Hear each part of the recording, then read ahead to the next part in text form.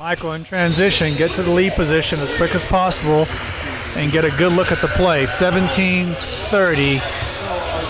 Try and get to the lead position as quick as possible in transition and get a good look at the transition play opposite you.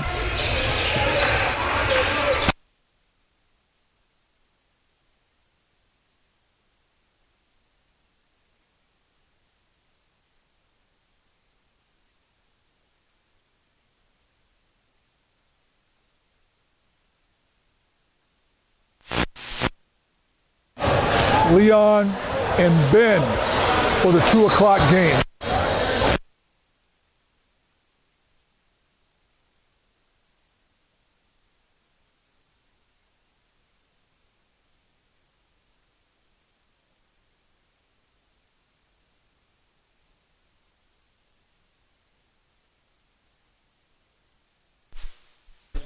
Michael, when you're lead 16-20, watch that sequence or that possession.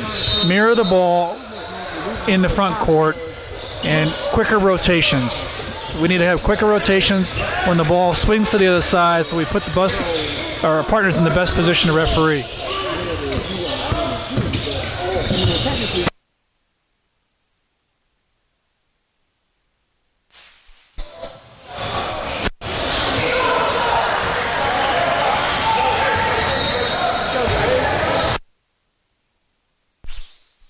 Saeed, 15-45, center spot. Anticipate the pass coming into your primary with that wing player, and instead of reacting to the after the fact of the pass, anticipate it, get to a position on the floor where you can anticipate the pass, and before he receives it, you're already in the best spot possible. We're reacting after the pass is received as opposed to before the pass is received.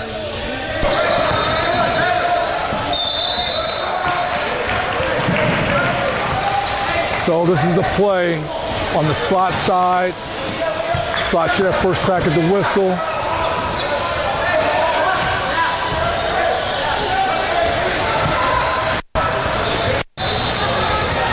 So Cole is running a motion offense, a lot of screens, a lot of cutting. So very important that we watch. Derek, 14-45, good foul call. Off the shot though, because that was a close one where coach is going to think that's a shooting foul. Foul did happen before his upward motion though, that's correct, but show the mechanic to wave off a potential shot so everyone's clear.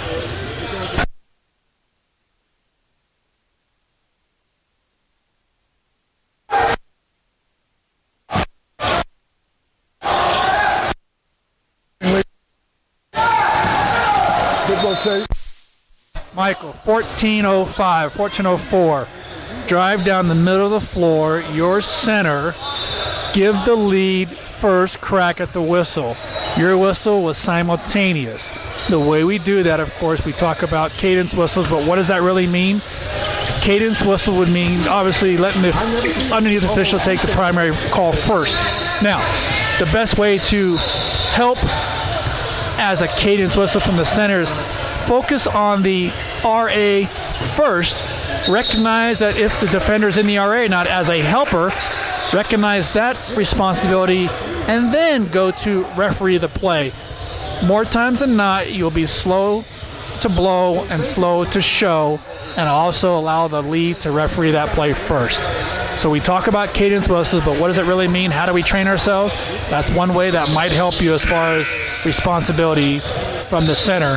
And then, of course, if he is in the RA, you can definitely assist if needed.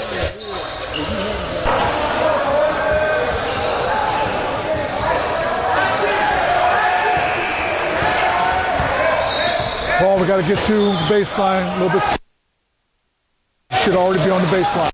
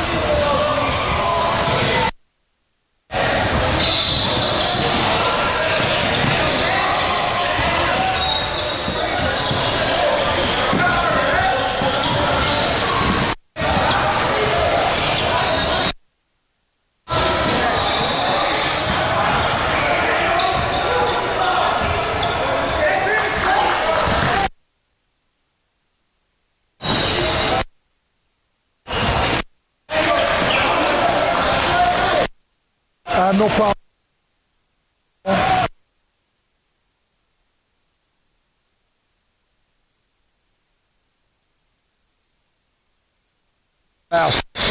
We're just talking here.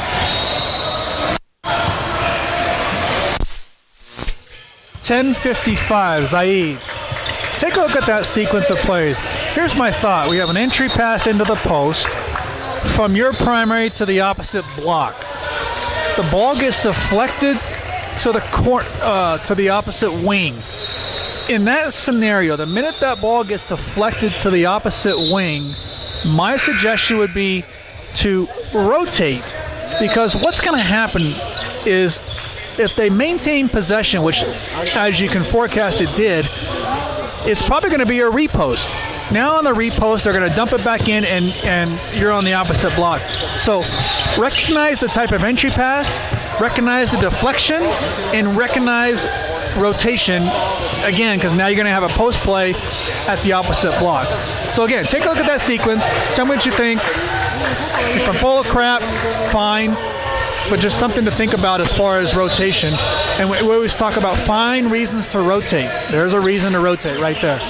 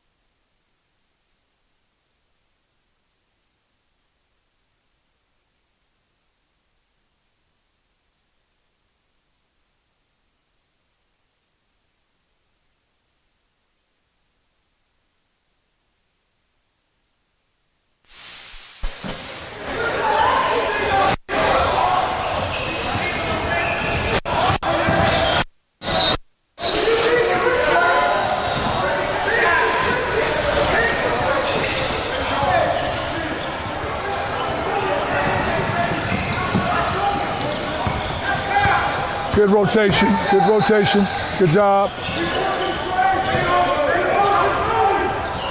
Good rotation.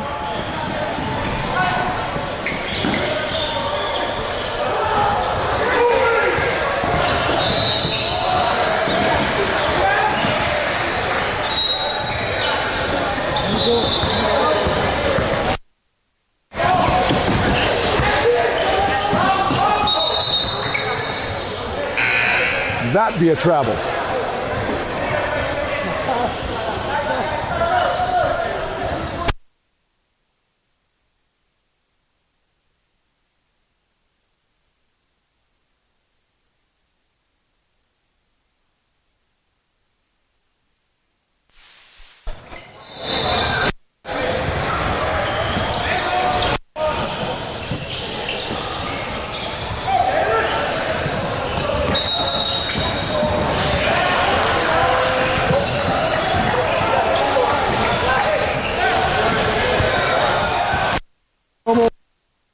Eagle screen, front of the lead. Let's take a look at the play.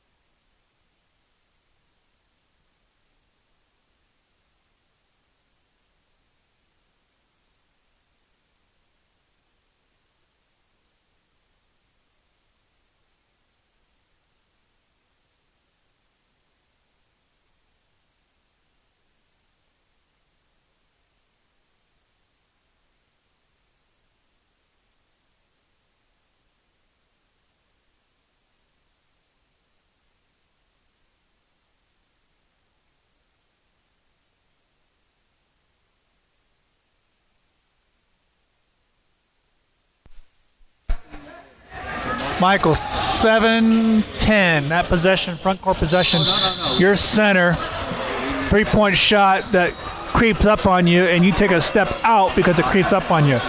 Again, we need to get in position quicker to see the three-point shot before it goes up rather than adjusting as it goes up. And as your center, be cognizant of your trail to go out, because you don't want to have two trails. Just something to take a look at.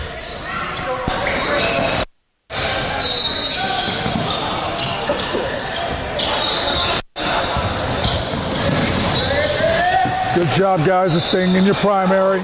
Shot taken.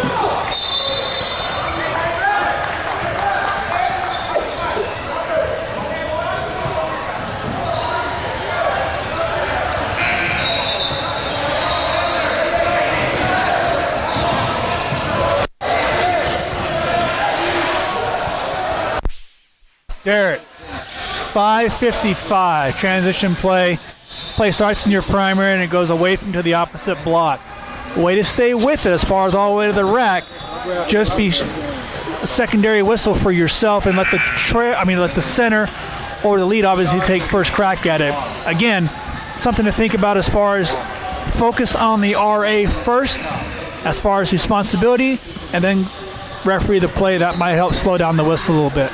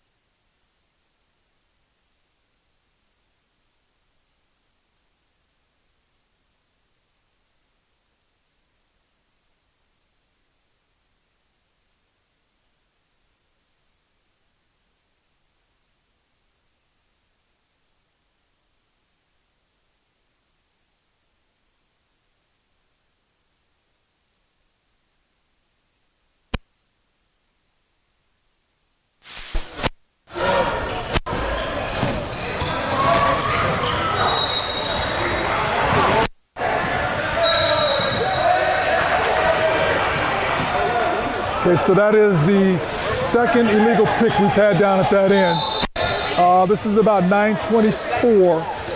I'm not even saying they're not there. Let's just make sure that we watch it on tape. And they're there.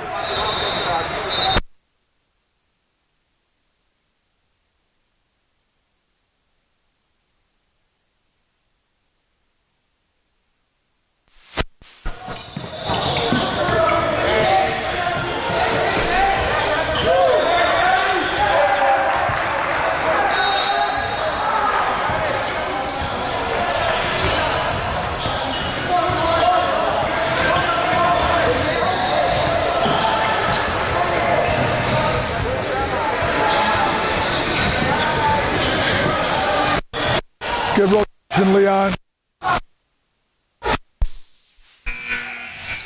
3:25, Michael. Come in stronger with that overturn. Don't let the coach do it for you.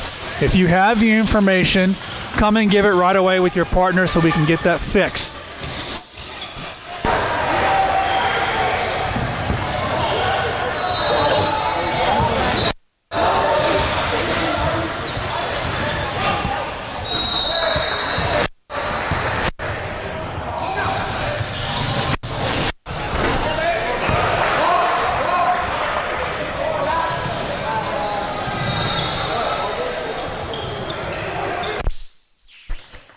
.242, secondary defender.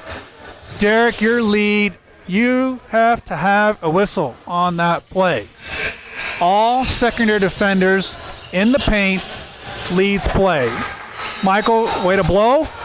But Derek, you got to have a whistle, and that's Derek's play. All the way to the bank. This is where we get in trouble, where we think too much and have blarges. If we understand the concepts and the principles and the mechanics, we won't have a blarge. We have the right person calling the right play.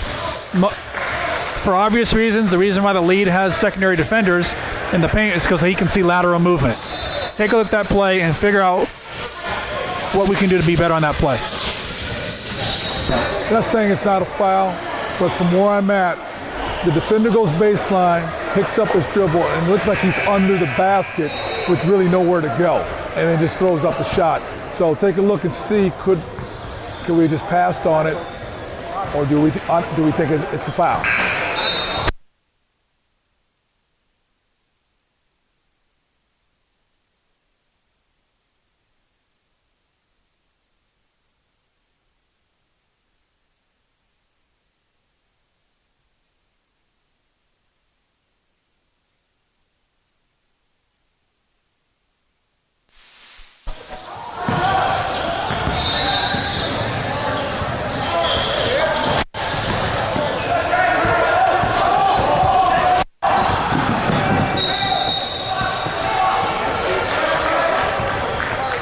I like the good double whistle, but this is the Leeds play.